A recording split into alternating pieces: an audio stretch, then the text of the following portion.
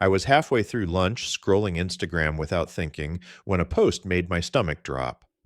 Bianca, my girlfriend of 3 years, was standing in a pool, tiny red bikini, champagne glass lifted, smiling for the camera.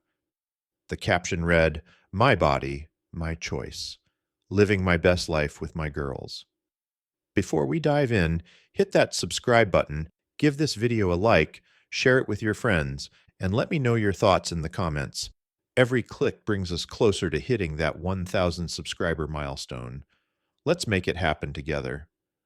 Normally, nothing unusual, but this wasn't the girls only spa weekend she had told me about, because right there in the background, half submerged in the pool, was her ex, Hugo. I knew that arm anywhere, the tattoo in cursive that read, "Blessed." She'd sworn that chapter was ancient history. I kept scrolling. There they were again, shoulder to shoulder in group shots, clinking shot glasses in a video. The girls on this trip were actually Bianca, her friend Meredith, Meredith's boyfriend Kyle, and Hugo. She'd left Thursday morning with a kiss on my cheek, promising she'd miss me during her relaxing spa getaway. Now, the truth was sitting right in my hands. I opened the airline app, her Sunday evening return flight, 6:15 p.m. 3 taps later, it was canceled. Non-refundable. Not my problem anymore. Then I called the concierge of my building. "Luis, I need a locksmith today." "Everything okay, Mr. Raymond?" "Ex-girlfriend situation. She's out of town.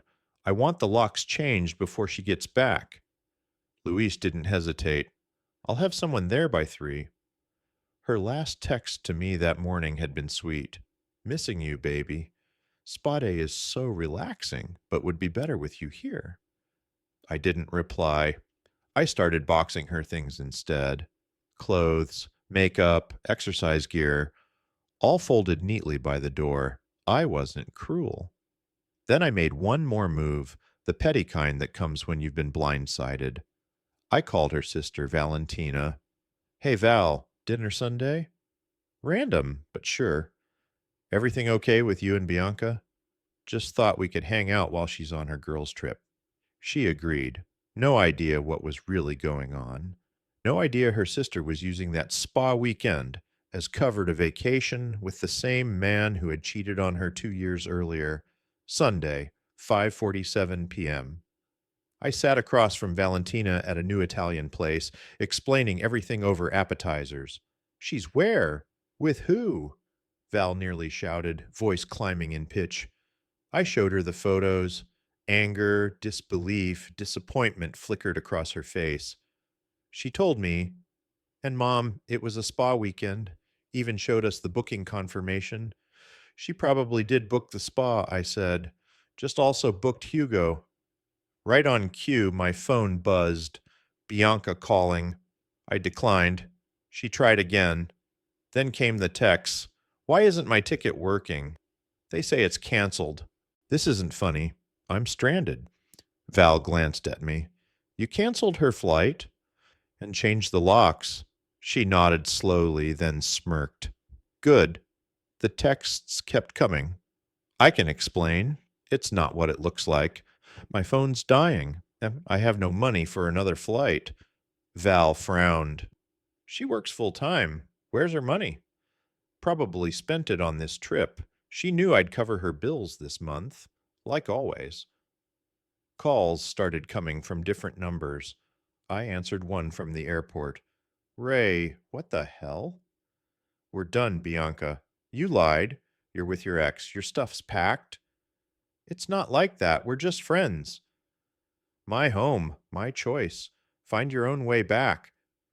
"You can't strand me here." "I'm not stranding you anywhere. You're an adult. Figure it out." "I'll call the police." "For what? Canceling a ticket I paid for?" "Good luck." Val was already typing a message to her mom. 20 minutes later, the phone rang. Mom on speaker. "Valentina, what's this about Bianca and Hugo?" Val told her everything. The reply was simple. "Good for Raymond. Maybe this will teach her something." By 8 p.m., Bianca's messages had shifted. "I'll sue you. You'll regret this. Hugo's laughing at you. I never loved you anyway. I've been seeing him for months. If she wanted to hurt me, it didn't work.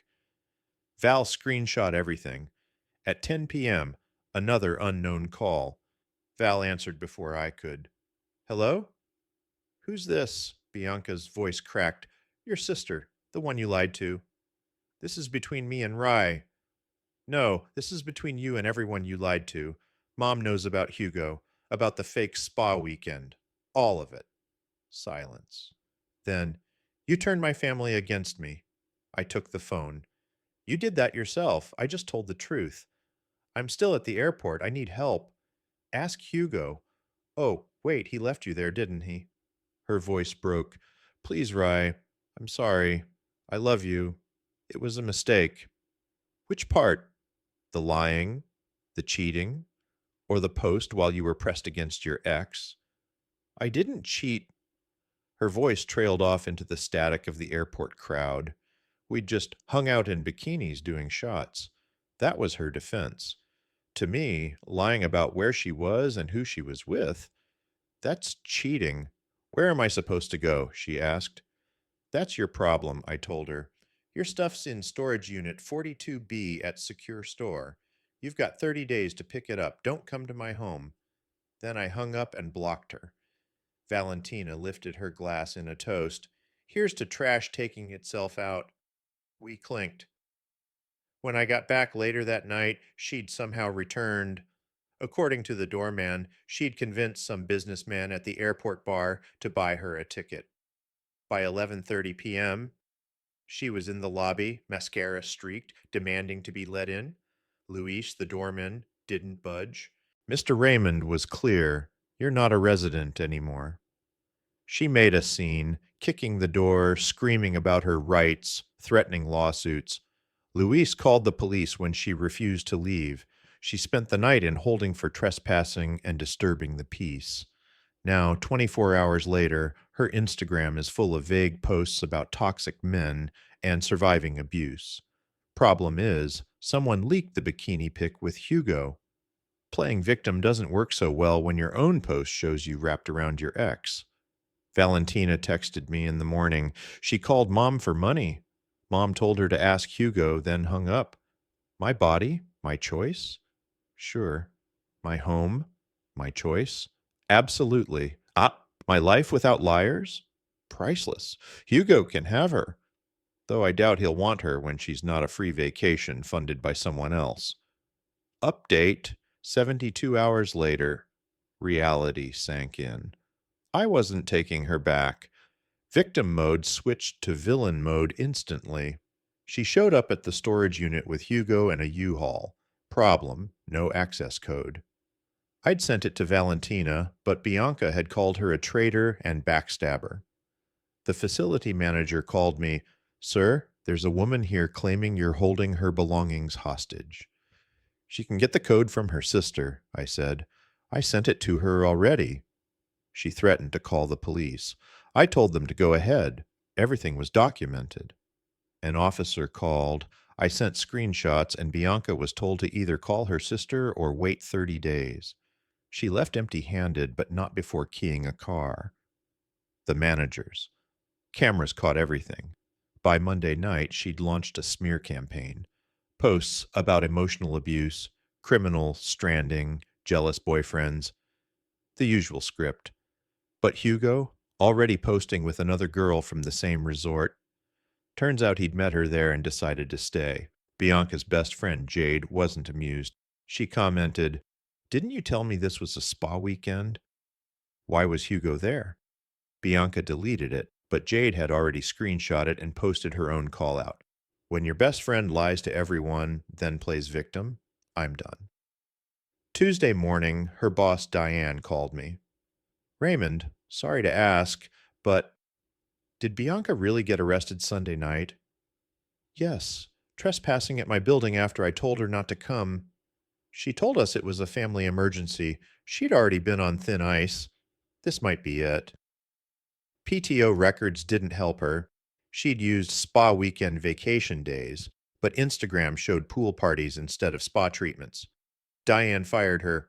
Meanwhile, Hugo's new girl, Serena, posted, "If he'll cheat with you, he'll cheat on you. Thanks for the free drinks, Hugo. Blocking you now." She even DM'd me, saying Hugo had told her I was abusive. But seeing Bianca's behavior, the math wasn't mathing. She sent proof that Hugo and Bianca had been exchanging explicit messages since April, all while she lived in my condo on my dime. By Wednesday, Bianca's mom called me. "Raymond, I'm mortified. We raised her better."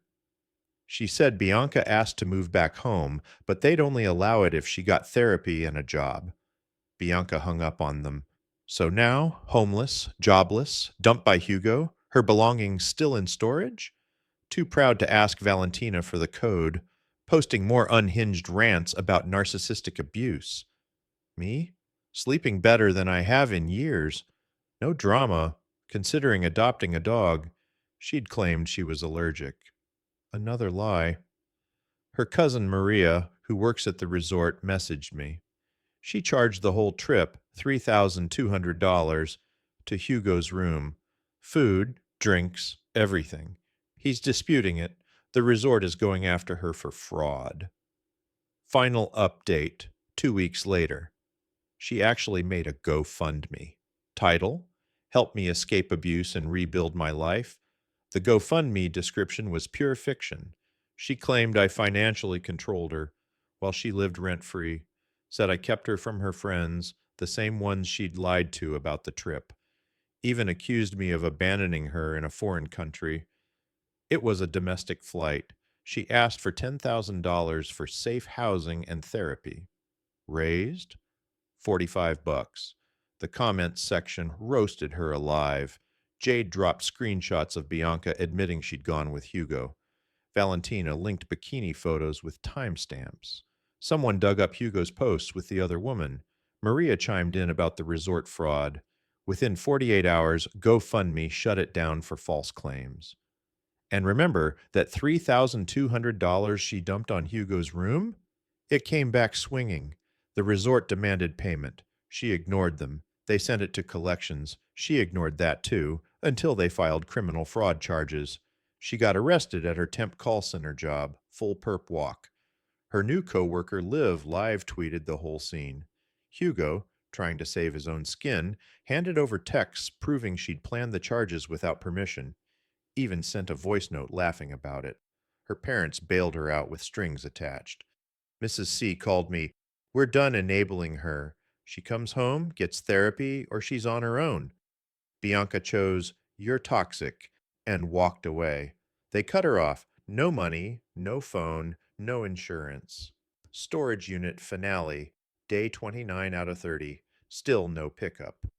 Valentina finally texted her the code 58847. "You have 24 hours. Don't contact me again." Hour 23, Bianca rolled up with some Tinder guy, tried to get him to pay the $50 late fee. He bailed when he realized he was just a wallet on legs. She left half her things behind. Goodwill got the rest. The kicker: ran into Hugo at a coffee shop. Awkward, but enlightening. He claimed she'd told him we'd broken up, that I was controlling. I asked when. "April," he said, while she was living in my condo rent-free. Then he realized she'd lied to him about where she lived too. We swapped stories for an hour. Same pattern. Move in, cheat, play victim, milk sympathy.